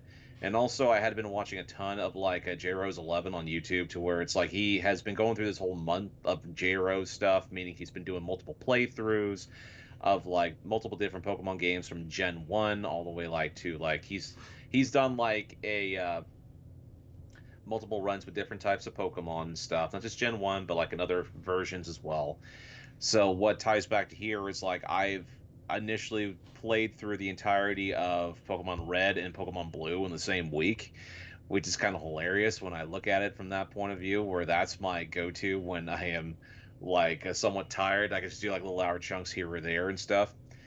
So the initial plan was for me to do like a Charizard line run to where I just pick Charmander, go all the way, like evolve it all the way to Charizard and stuff, and try to do minimum battles and also try to beat the game as quickly as I could.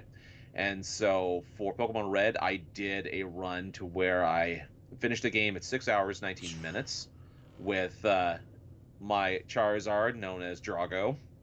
So Drago was pretty fun because it's like the first Did initial he, stint. sorry, to cut you off real fast. Did he start every fight with "I must break you"? He did, but at the end of at the end of the run, If he especially when dies, it's he facing off dies. against Lance's Gyarados. Yeah, that was pretty fun. Okay, so with Drago, the first initial thing, the first part of the game, the first that first chunk of the game where you're first starting out with Charmander and stuff, and like having to get that level up period before you faced off against Brock, it wasn't terrible, but I did come across some problems when it came to his rock Pokemon.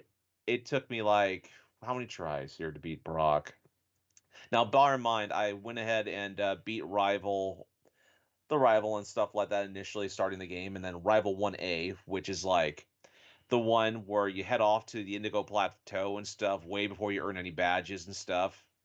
So I did that battle, did battle the bug catchers inside of like Viridian Forest, and then when I got to Brock and stuff, I was able to beat that gym trainers Diglett and Sandshrew. But for Brock, I think I initially did beat him like with level 14, I want to say Charmander and stuff, because Ember, even though it doesn't do a lot of damage, it still does more damage instead of like a normal scratch attack. So the stab attack from Charmander definitely was the better option. So I eliminated Brock, went through Rival 2 in regards to before facing off against Misty and stuff. So I was like in my Char's my Drago was at its 20s and stuff. He was already at Charmeleon doing this and doing that.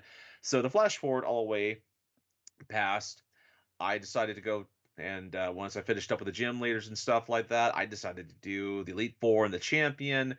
My move set going into it was I had Flamethrower. Obviously, that was a big old like piece of low resistance and stuff like that. I had Swords Dance.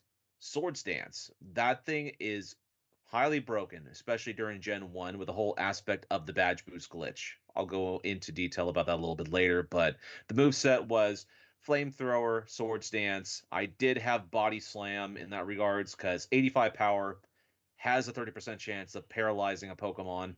Then lastly, I did Earthquake. Earthquake is a fantastic move in Generation 1. The only difference between why I stuck with that as opposed to Dig, because both of them have the same power in Gen 1, 100 power. The difference is Dig is a 2-turn move, Earthquake is a 1-turn move, and obviously that's pretty much the reasoning why I stuck with Earthquake for Charizard. But the whole aspect was going piece by piece throughout the Elite Four and Champion.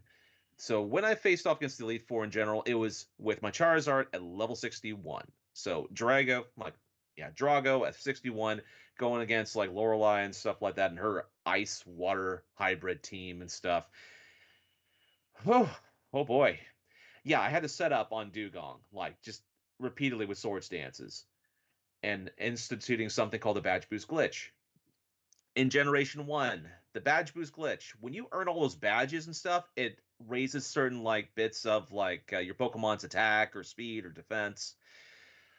For the badge boost glitch to happen and stuff, you can actually go forth and maximize a specific like stat of a Pokemon through like a power based move. Say like with Swords Dance, for example, it raises a Pokemon's attack by 2 stages. So the maximum you could do is like around 6. So I use Swords Dance 3 times. It not only raises the attack of Charizard, but because of the whole badges I've collected, it raises everything else in regards to the Pokemon. So it gets so much of a boost through its speed, its defenses, its special attack. You pretty much named it right there. And when you have that in mind, this is something that's unavoidable in Generation 1. Opponents will use that against you. You will do that subconsciously without even realizing you're doing it. And you're thinking, how the fuck did I just win this battle with us doing this?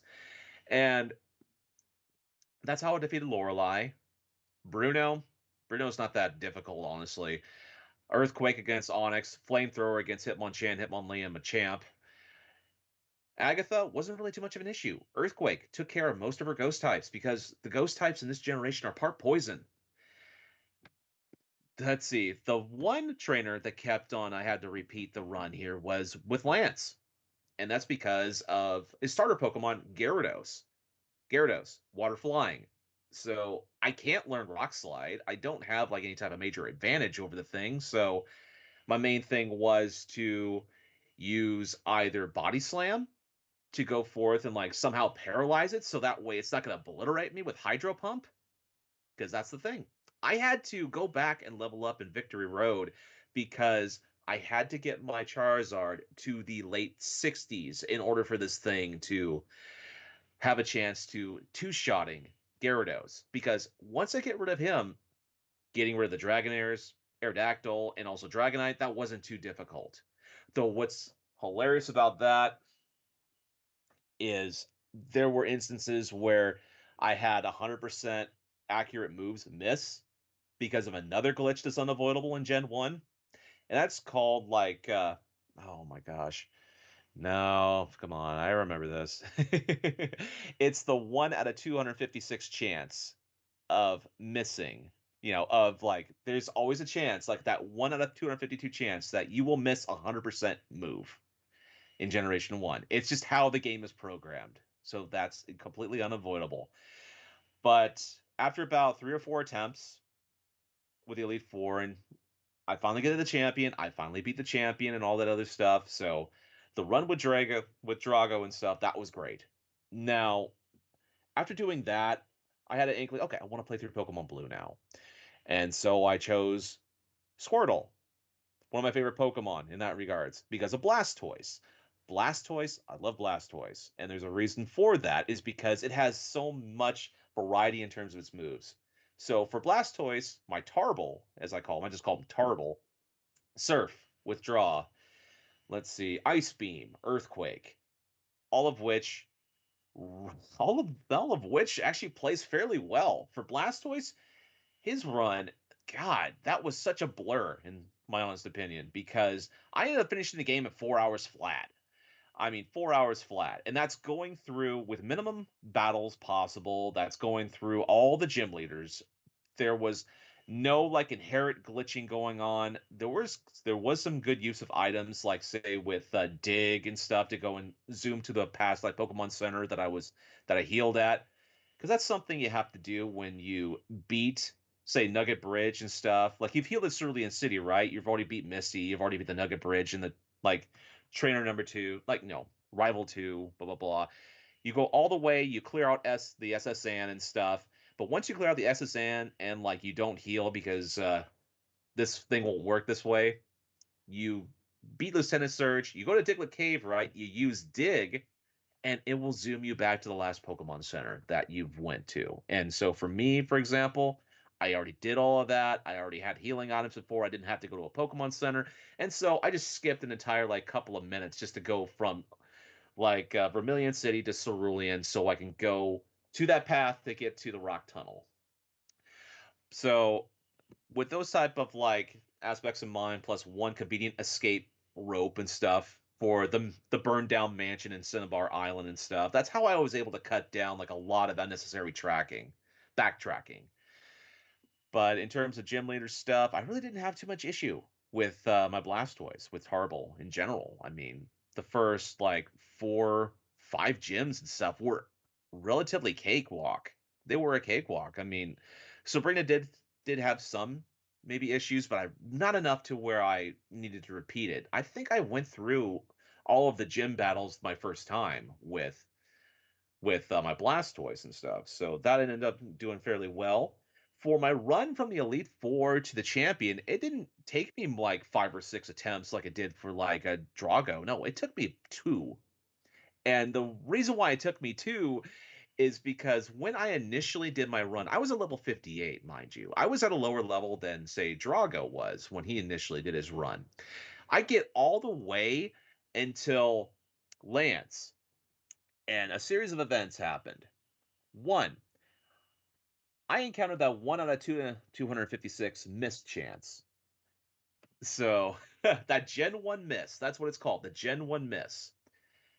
When I was playing against, when I was facing off against Lance, against his, I want to say, Dragonair. So I completely missed that. I end up getting rid of the Dragonair, right? And I have like one ice attack left. I face off against Aerodactyl, right? It hits Supersonic. And I could not hit fucking everything with a broadside of the barn because there's a 50-50 chance I hurt myself. So I had incredibly bad luck. I was literally one attack away from beating Dragonite, and I could not hit it, and it hit me with a hyper beam. I was dead. I had to repeat the entire Elite Four and Champion because I don't save in between the Elite Four battles. I don't use healing items in the middle of battles. I wanted to try to create that handicap for myself because I've played through the games multiple times before. But through the second attempt, it was better. And what's hilarious is I went with a move that I actually made Blastoise learn a move before the champion and stuff called Mimic. Because my initial aspect was I wanted to try to mimic, and this is like the only time this move is ever available in Generation 1. And so what Mimic does is you select the move, and you can actually select an attack from your opponent's Pokemon, right? And so I was going to select Agility, so that way I can incur this bad boost glitch. So I get into the battle. I try to use Mimic. It doesn't know Agility. It knows Whirlwind. It knows Sky Attack. It knows Wing Attack. And it knows Quick Attack. I'm like, what the fuck? And so I ended up just choosing like freaking, oh god, what was it? No, I had to use Mirror Move. Yeah, it has Mirror Move, so it just mimics this last attack you do. So obviously I just wasted a freaking TM. But I went through that final battle. I went through and took out most of his team members with just one shot. So like Arcanine, one shot with Surf. Like Gyarados, two shots with Ice Beam. Like freaking obviously Ice Beam against Pidgeot and stuff. And then finally against his Venusaur, I just did like not one. It took two shots. It actually took like two shots, right? Two hit KO. One with Ice Beam, and he nearly fucking knocked me out with fucking Razor Leaf. I had like about like a quarter of health left. And I fucking used Earthquake because I did not want a chance missing with Ice Beam. And yeah, that's how I beat freaking Pokemon Blue in 4 hours. I mean, that was a crazy shit. Wow. That was probably one of the best feelings because I'm not much of a speed runner, but in terms of like Pokemon Red and Blue and stuff, it's like they're the games, they're the RPGs I'm probably the most familiar with, especially during the past couple of years because of like getting in depth in terms of why certain things happen, why certain things have react like that. But yeah, it's been mostly like a funny enough, it's like the fastest times I ever get is like during a week where I'm working, all of a sudden I'm just tired, and I'm like, okay, let's just power up some Pokemon, and just play, and just have some fun, and just shoot the shit, and this is what happens. Nice. Oh, okay, but yeah, that's what I've been playing. Very cool, man. Very cool. Um, I'm doing the same thing, kind of going back to Madden. That's my comfort food. So I've been playing a lot of Madden this week. So Yeah. one at a time. So I get it. But guys, I think that's gonna wrap it up for us this week. Thank you guys so much for listening. Hope you guys enjoyed that. Please appreciate it. It's kind of our last time recording for this year. We're gonna do like an extra show right after this. But appreciate it, whether it's your first time or 528th time or whatever it is. Appreciate it. Please like, follow, subscribe. Put them in the descriptions down below. Facebook, Twitter, Podcast, Spotify, pretty much wherever podcasts are on, we're pretty much on them. So wherever you listen to podcasts at, please go check us out. We really would appreciate it if you did that for us. But I was your host. I was Tyler. And I've been Colonel Gables. Until next time, everyone, play some fun games, and thank you for listening to another fun-filled episode of the Drunk-Nerds podcast. And hey, Gables. Yeah. Merry Christmas. Merry Christmas Bye, to guys. you and to everyone. See ya.